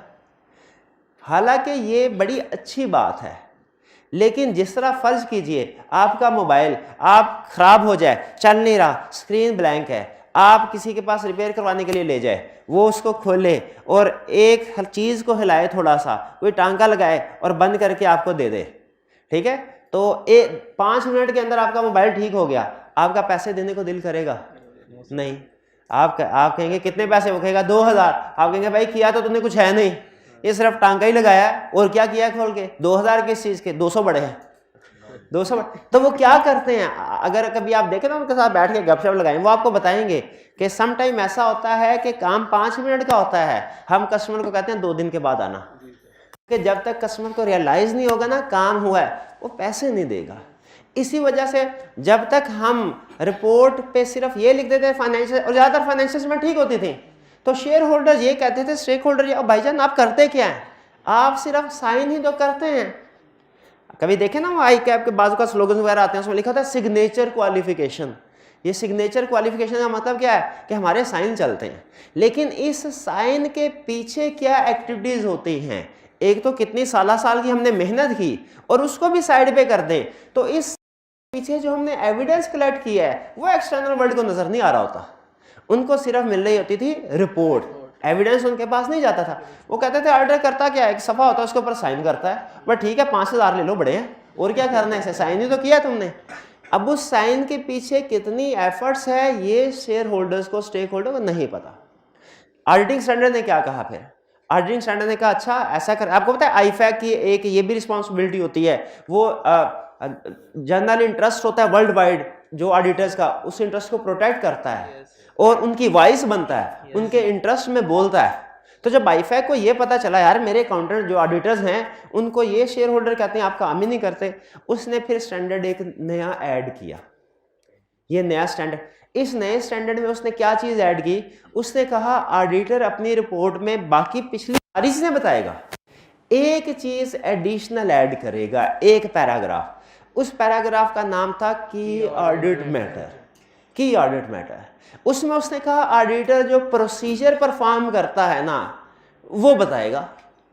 इनिशियली सारे ऑडिटर ने कहा ठीक है ये बड़ी अच्छी बात है, पता चलना चाहिए लोगों को कि बैकएंड पे हम क्या काम करते हैं, लेकिन उन्होंने सोचा अगर तो हम सारे ऑडिट मैटर्स, सारे ऑडिट प्रोसीजर बताना शुरू हो गए ना, ये तो रिपोर्ट हो जाएगी 1000 सफों की, तो फिर क्या करना चाहिए। तो सुने फिर स्टैंडर्ड ने कहा ऐसा है कि फिर हम हर मैटर को की ऑडिट मैटर नहीं बनाएंगे, हर ऑडिट मैटर को की ऑडिट मैटर नहीं बनाए, यानी हर ऑडिट मैटर के प्रोसीजर नहीं बताने, किन के बताने हैं, सिर्फ की ऑडिट मैटर जो पूरे ऑडिट में मोस्ट सिग्निफिकेंट होंगे, जो पूरे ऑडिट में मोस्ट सिग्निफिकेंट, जो सबसे ज्यादा अहम वाले होंगे एरियाज, हम उनके बारे में इस सेक्शन में बताएंगे कि एरिया नंबर 1 भाईजान रीवैल्यूएशन ऑफ फिक्स एसेट, तो बड़े प्रोसीजर परफॉर्म करना पड़े, हमें एक्सपर्ट को बुलाना पड़ा, एक्सपर्ट के वर्क को चेक करना पड़ा, उसकी कंपिटेंस को चेक करना पड़ा, फिर हमने देखा रीवैल्यूएशन की एडजस्टमेंट्स जो हैं वो आईएफआरएस के मुताबिक हैं कि नहीं, डिस्क्लोजर ऑफिस का बड़ा काम करना पड़ा, रीवैल्यूएशन के बारे में बता दो, ठीक है, इंपेयरमेंट के बारे में बता दो, गुडविल के बारे में बता दो, और कौन लीज के बारे में बता, डेफर टैक्स के बारे में बता दो, ये मुश्किल वाले एरिया। और कोई मुश्किल एरिया आपको याद है जिस पे आपको अकाउंटिंग सीखते हुए बड़ी प्रॉब्लम फेस करना पड़ी हो, लीज वाला वो बता दीजिए। रिलेटेड पार्टीज के ट्रांजैक्शंस हैं वो वेरीफाई करना मुश्किल होती हैं, वो यानी ऐसे सारे एरियाज नहीं लेकिन मोस्ट सिग्निफिकेंट एरियाज को हम की ऑडिट मैटर सेक्शन में मेंशन करेंगे, और उनके साथ क्या मेंशन करेंगे, इनको एड्रेस करने के लिए हमने क्या प्रोसीजर परफॉर्म किया है। तो इससे अब शेयर होल्डर को पैसे देते हुए अब नहीं तकलीफ होती, वहाँ पता है रिपोर्ट के साथ ही ये भी है क्या क्या काम किए, और फिर हम कहते हैं सर जी ये तो सिर्फ मोस्ट सिग्निफिकेंट हैं, अगर हम आपको बाकी के प्रोसीजर भी बताना शुरू कर दें ना तो यहाँ पे शाम हो जाए, प्रोसीजर खत्म ना हो, शेयर होल्डर का ठीक है सर फीस बताएं कितनी है, अब देने को तैयार है, ठीक है। तो ये है की ऑडिट मैटर का कंसेप्ट। अब जो मैंने आपको प्रैक्टिकली फॉर्मेट दिया था रिपोर्ट का, वो कौन सी कंपनी की रिपोर्ट की थी, वो है आपके पास, किसी के पास, जरा देखिए क्या उसमें की ऑडिट मैटर है या नहीं है, बताइए किस एरिया पे उसने की ऑडिट मैटर इंक्लूड किया, किस एरिया में, रेवेन्यू। इसका मतलब है उसके लिए, उस क्लाइंट के लिए, उस ऑडिट फर्म के लिए रेवेन्यू मोस्ट सिग्निफिकेंट रहा होगा।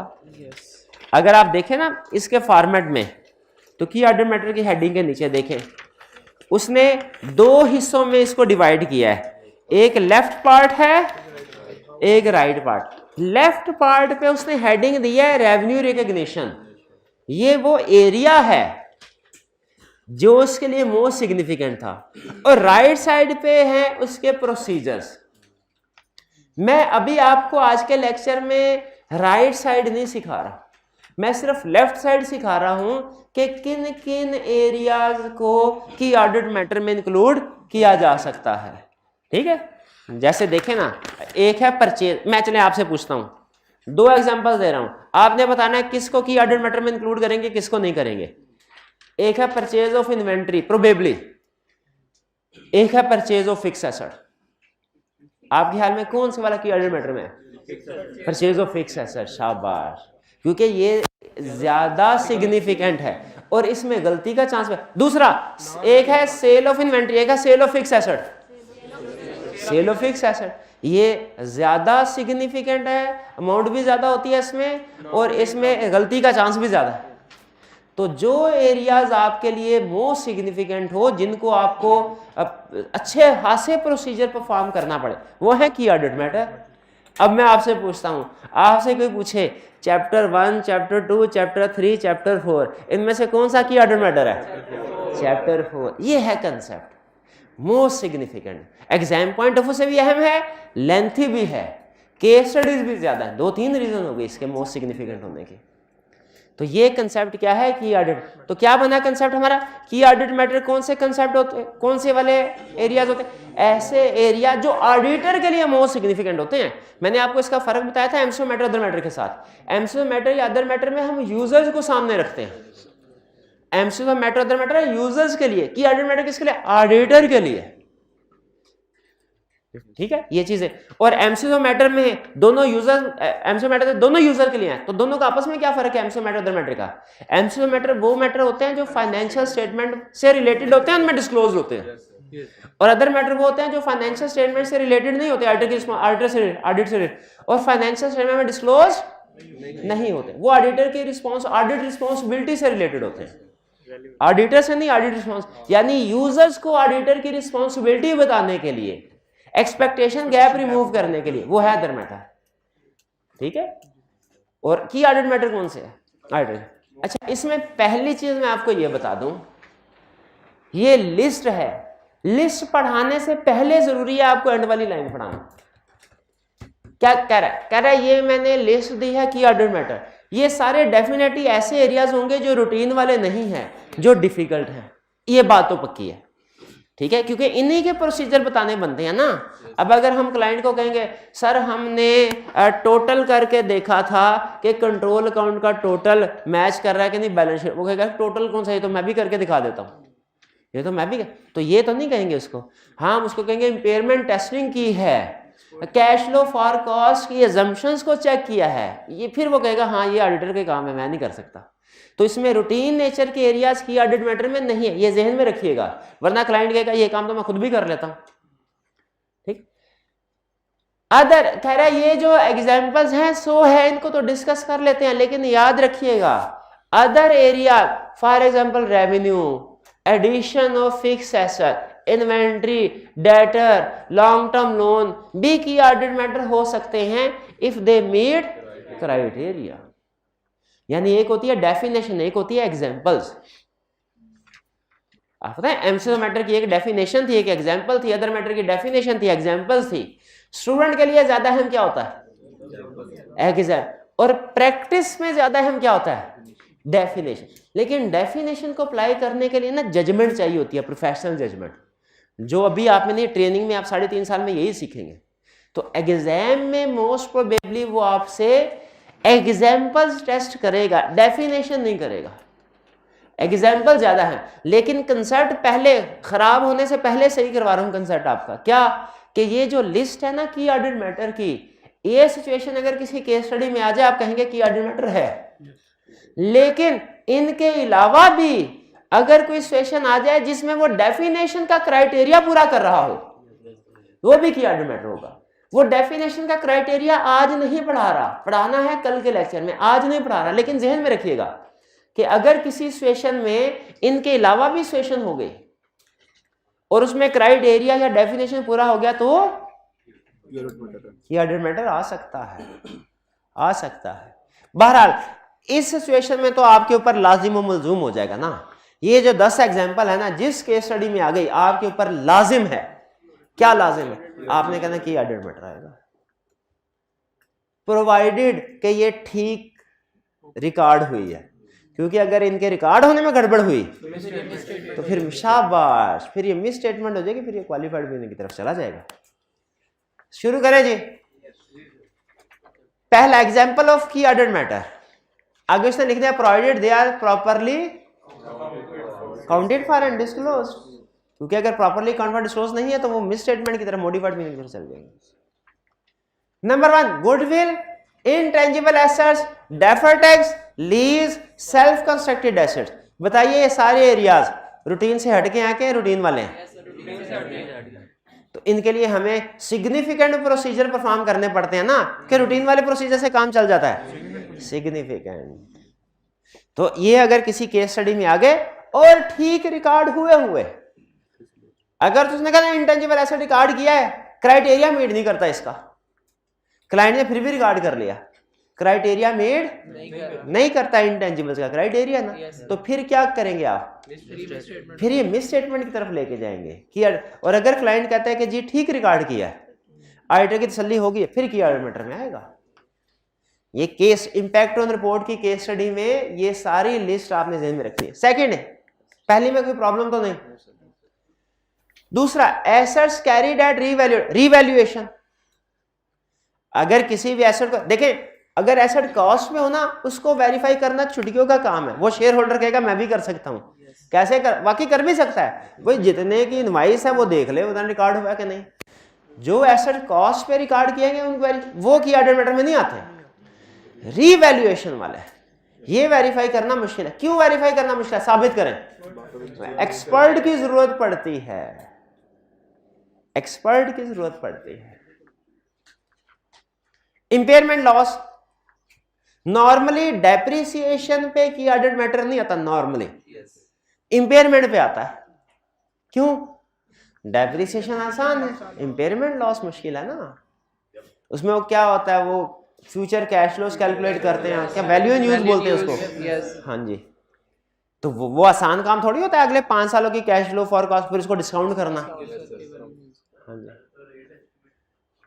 इंपेयरमेंट, फिर वैल्यूएशन ऑफ लायबिलिटी, जिस तरह एसेट्स रीवैल्यू होते हैं ना, आपके लिए इंटरेस्टिंग न्यूज, लायबिलिटीज भी रीवैल्यू होती है। ये आपने अकाउंटिंग में कंसेप्ट पढ़ा हुआ है, फॉरेन करेंसी के लिए। अच्छा, ये वैसे सीफेब लेवल का कंसेप्ट है, अगर आपने बेसिकली भी एक एग्जांपल के साथ भी पढ़ा हुआ है ना, तो ये पार हो गया कंसेप्ट। क्या आपको पता है लायबिलिटीज रीवैल्यू भी हो सकती, लायबिलिटीज भी रीवैल्यू हो सकती है, बिल्कुल हो सकती। वो एक होता है ना रिटायरमेंट बेनिफिट्स, पढ़ा फॉरेन, चले फॉरेन करेंसी भी ठीक है, एग्जांपल तो और भी बड़ी हैं।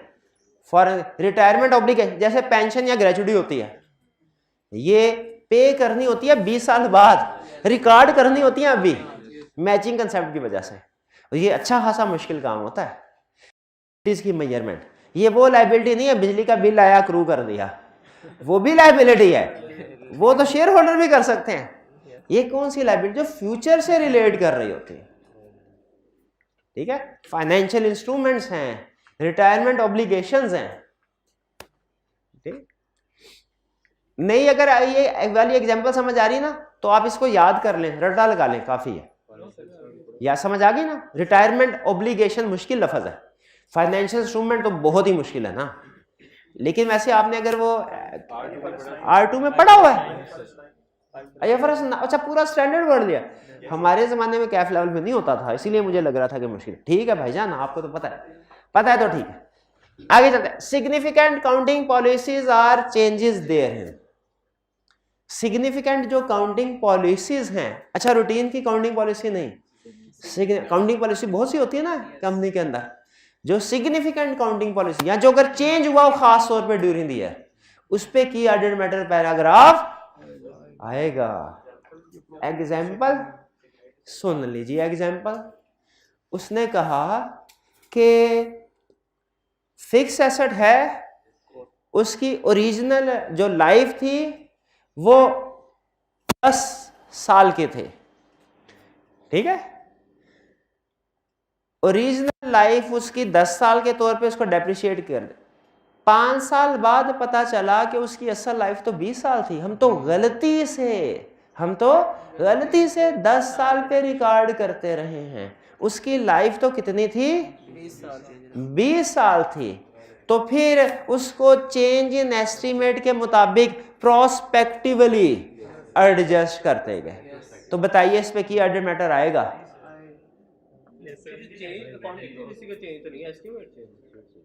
तो की एडेड मैटर आएगा? नहीं आएगा। अच्छा, आप एस्टिमेट्स और पॉलिसीज में घूम गए और यही एग्जामिनर चाहता था, ये आप स्किप कर गए कि असल में ये एरर है। मैंने बताया था कि ये आप एरर है ना। आईएस 8 क्या कहता है? पास्ट एरर रेट्रोस्पेक्टिवली एडजस्ट करने के प्रोस्पेक्टिवली। आपने नोट नहीं किया, मैंने प्रोस्पेक्टिवली का वर्ड बोला था। तो ये एरर करेक्शन और काउंटिंग पॉलिसीज जब कभी ठीक होती हैं रेट्रोस्पेक्टिवली होती हैं। अब सुनिए अगली एग्जांपल। फर्ज कीजिए क्लाइंट ने काउंटिंग पॉलिसी अपनी चेंज की, FIFO से वेटेड एवरेज के ऊपर गए। अब इसको रेट्रोस्पेक्टिवली एडजस्ट कर दिया, किया ठीक। क्या मिस स्टेटमेंट है?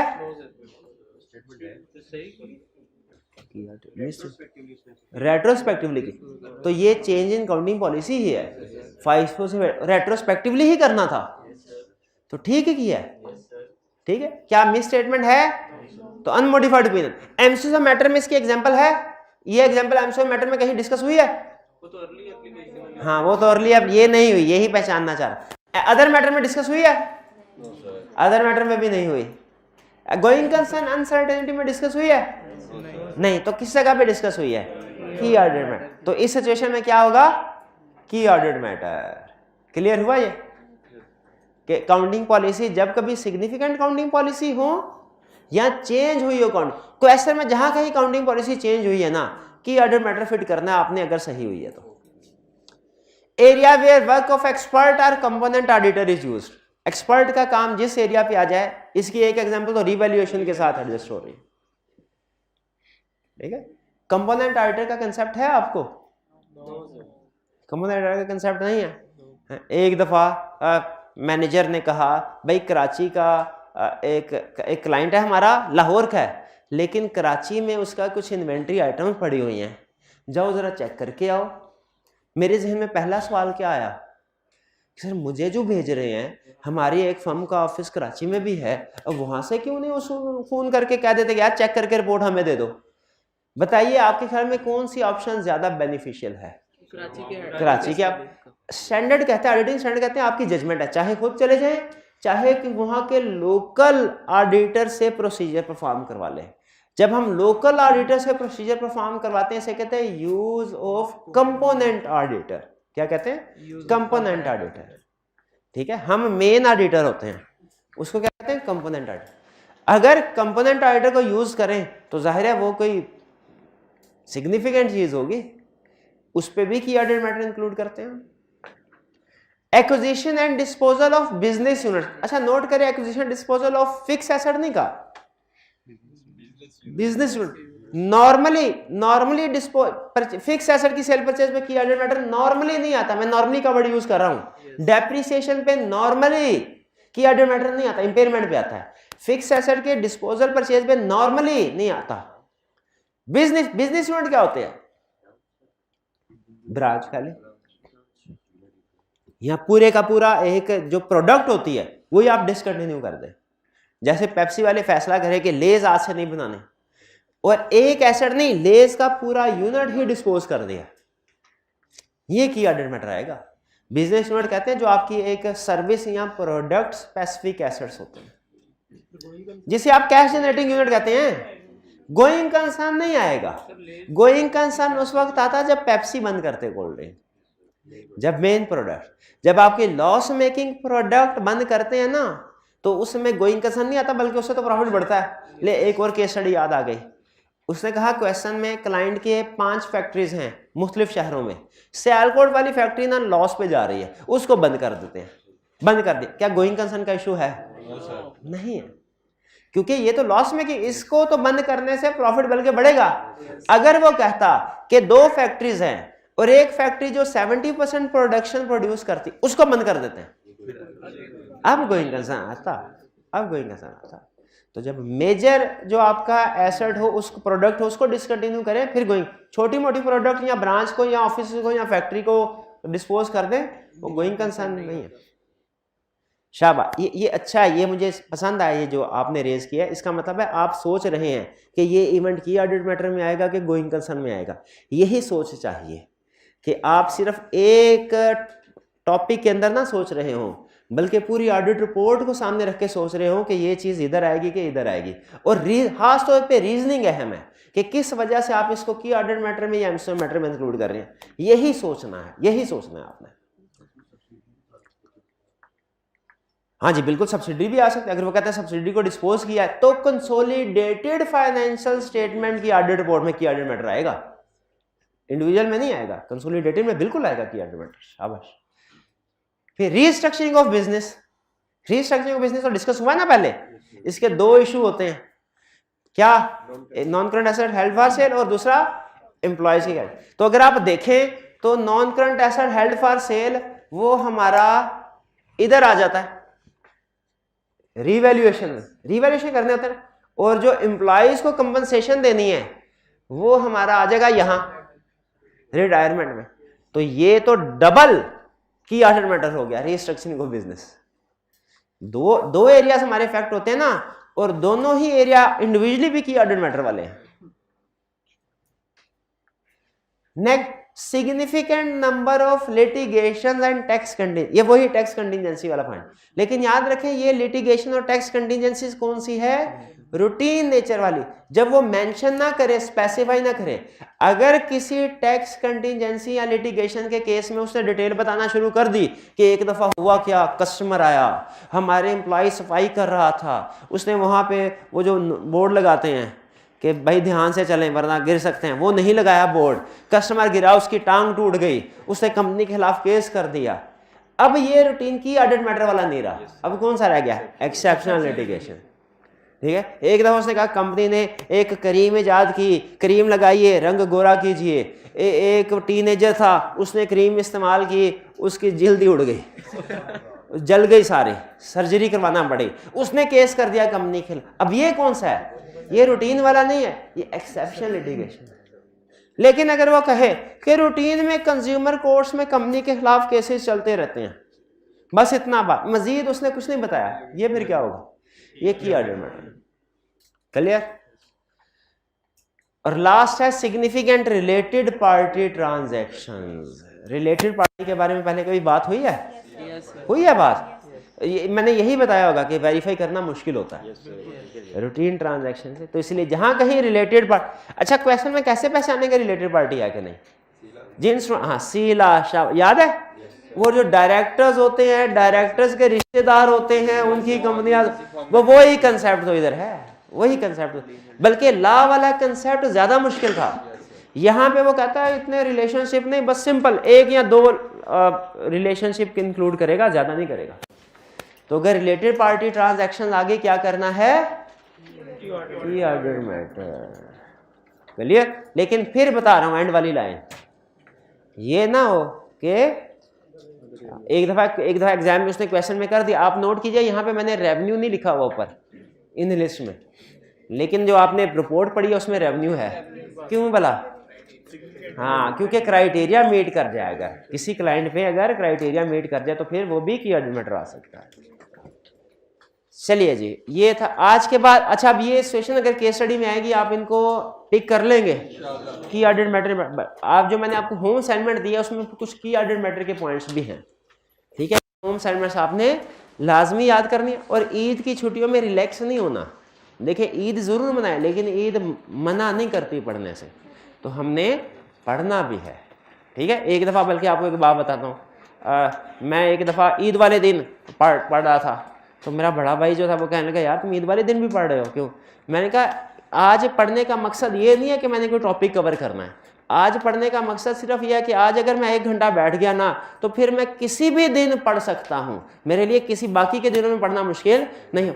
तो ईद के दिन आपने ना सिर्फ 1 घंटा इस नियत के साथ बैठ जाना है किताब खोल के, क्या कि अगर आज के दिन मैंने पढ़ लिया तो मेरे अपने लिए मिसाल बन जाएगी। बाकी किसी भी दिन, कोई भी दिन अगर जब मैं सोचूंगा ना कि आज छोड़ देता हूँ, आज नहीं पढ़ना, तो फिर मैं अपने आप से ये कहूंगा कि अगर मैं ईद वाले दिन पढ़ सकता हूँ तो आज भी पढ़ सकता हूँ, जिस दिन कज़न की शादी है उस दिन भी पढ़ सकता हूँ। ठीक है, हाँ जी। चलिए, तो फिर इन दिनों को ज़ाया नहीं करना। हाँ, मैं वक्तन फ़वक्तन क्या करूँगा, इन दिनों में आपके साथ छोटे मोटे जो रिसोर्सेज हैं वो व्हाट्सएप ग्रुप हमारा बना ना, उसमें शेयर करता रहूँगा। कुछ क्विज वगैरह होंगे, आपने उसमें कोशिश करके पार्टिसिपेट करते रहिएगा ताकि कंसेप्ट हमारे ताज़ा रहे। ये ना ईद के बाद आए तो सारा कुछ जीरो हो चुका, उससे स्क्रैच से स्टार्ट करना पड़े। ठीक है जी, रिवीजन करते रहना आपने। चलिए, आज का लेक्चर यहाँ पे ख़त्म करते हैं हम। अल्लाह हाफ़िज़।